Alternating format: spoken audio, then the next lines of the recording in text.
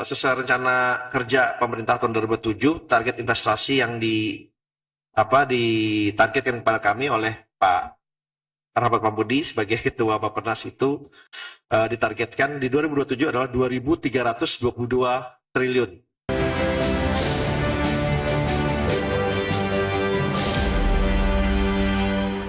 Ya, selain itu juga pemerintah menargetkan realisasi investasi pada tahun 2027 dapat mencapai 2.322 triliun rupiah. Target tersebut disiapkan untuk menopang pertumbuhan ekonomi nasional yang dipatok berada pada kisaran 5,8 hingga 6,5% pada tahun depan.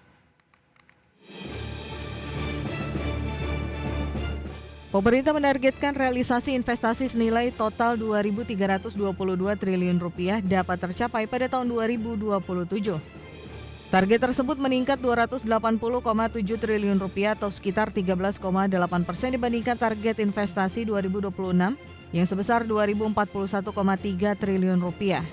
Dalam konferensi persnya, Menteri Investasi dan Hilirisasi sekaligus Kepala Badan Koordinasi Penanaman Modal Rosan Ruslani menyampaikan bahwa peran investasi terhadap pertumbuhan ekonomi semakin kuat, di mana pada kuartal 2 2026, sektor investasi menyumbang sekitar 39% terhadap total pertumbuhan ekonomi nasional. Investasi menyumbang kurang lebih 39% dari total pertumbuhan triwulan kedua. Di atas kisaran biasanya normalnya itu di 28 atau 29%. Dan juga dari investasi tumbuh 6,87%, lebih tinggi daripada pertumbuhan yang lain seperti konsumsi yang tumbuh 5,06%. Nah, memang sesuai rencana kerja pemerintah tahun 2007, target investasi yang ditargetkan kepada kami oleh Pak Rahmat Pambudi sebagai Ketua Bappenas itu ditargetkan di 2027 adalah 2.322 triliun. Naik dari target tahun ini sebesar 2.041,3 triliun. Adapun target ini disebut merupakan bagian dari kebutuhan investasi nasional sebesar 13.032 triliun rupiah sepanjang 2025-2029 atau setara sekitar 143% dari capaian investasi Indonesia selama 10 tahun terakhir. Meski demikian, Rosan menegaskan kebutuhan investasi tersebut bukan merupakan belanja negara, melainkan berasal dari penanaman modal badan usaha baik domestik maupun asing untuk meningkatkan kapasitas perekonomian nasional serta mendorong hilirisasi untuk menciptakan nilai tambah di dalam negeri. Tim Liputan IDX Channel. Mengawali perjalanan tahun ajaran baru, mahasiswa tidak hanya dibekali pengetahuan akademik, namun juga diminta untuk memahami literasi keuangan digital di tengah pesatnya perkembangan teknologi dan maraknya penipuan cyber. Dan momen tersebut hadir dalam gelaran iNews Campus Connect yang berlangsung bersamaan dengan rangkaian Prabu 2026 di Universitas Padjadjaran, Sumedang, Jawa Barat. Ribuan mahasiswa baru Universitas Padjadjaran atau yang dikenal sebagai Pramuda mengikuti rangkaian kegiatan penyambutan mahasiswa baru. Di tengah antusiasme memulai dunia perkuliahan, mereka juga mendapatkan edukasi terkait pentingnya literasi digital keuangan, termasuk cara menghindari berbagai modus penipuan online seperti phishing hingga pinjaman online ilegal. Generasi muda tentunya lebih terpapar digital dan keuntungannya digital dengan dompet elektronik ya, dengan pembayaran kris, keuntungannya adalah kita tetap dapat memantau transaksi finansial kita. Itu yang paling penting. Jadi kalau pakai uang cash kadang-kadang habis aja kan, nggak tahu udah habis. Tapi dengan adanya dompet elektronik kita bisa memantau transaksi kita sehingga kita jadi lebih literasi finansial kita dan keuangan kita dapat lebih terjaga. Mahasiswa sebagai generasi yang sangat dekat dengan teknologi digital dinilai perlu memiliki kemampuan untuk memantau dan mengelola transaksi keuangan secara bijak. Penggunaan dompet digital dan pembayaran kris dinilai dapat membantu pengguna mencatat dan memantau aktivitas keuangannya sehingga pengeluaran mahasiswa dapat lebih teratur. Presiden Direktur OVO Karania Dharma Saputra menyampaikan bahwa peningkatan inklusi keuangan harus diimbangi dengan peningkatan literasi.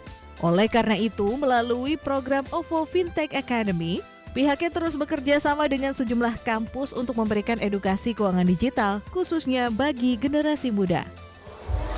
Ya, jadi memang kita harus selalu mengimbangi antara literasi dan inklusi.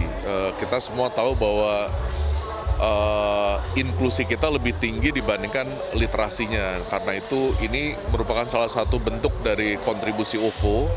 Ini kan bagian dari apa yang kami sebut sebagai OVO Fintech Academy. Jadi kami bekerja sama dengan banyak kampus untuk terus berusaha meningkatkan literasi keuangan kita.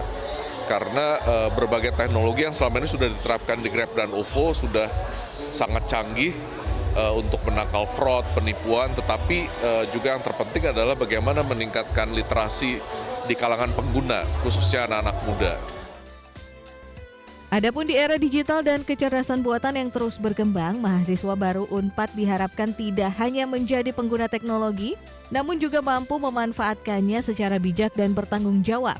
Pesan inilah yang dibawa dalam iNews Campus Connect sebagai bagian dari edukasi bagi generasi muda agar semakin cakap menggunakan teknologi, sekaligus lebih waspada terhadap risiko kejahatan digital.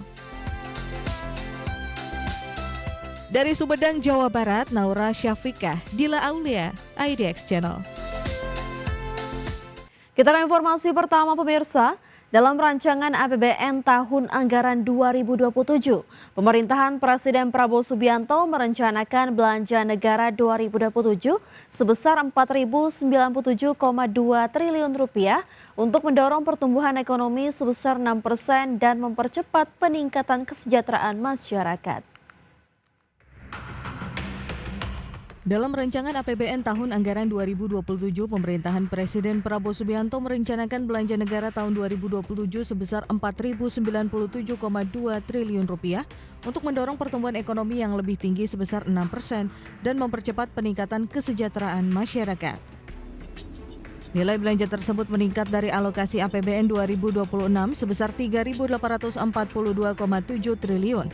Anggaran ini akan difokuskan pada 8 program kerja prioritas nasional, yakni kedaulatan pangan, kemandirian energi dan air, pendidikan, kesehatan, hilirisasi dan industrialisasi, infrastruktur perumahan dan ketahanan bencana, penguatan ekonomi kerakyatan dan pembangunan desa, serta penurunan kemiskinan.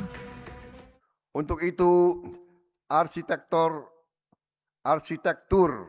RAPBN tahun 2027 didesain tetap ekspansif, secara kolaboratif, terarah, dan terukur untuk mendorong pertumbuhan ekonomi lebih tinggi dan sejahtera lebih cepat.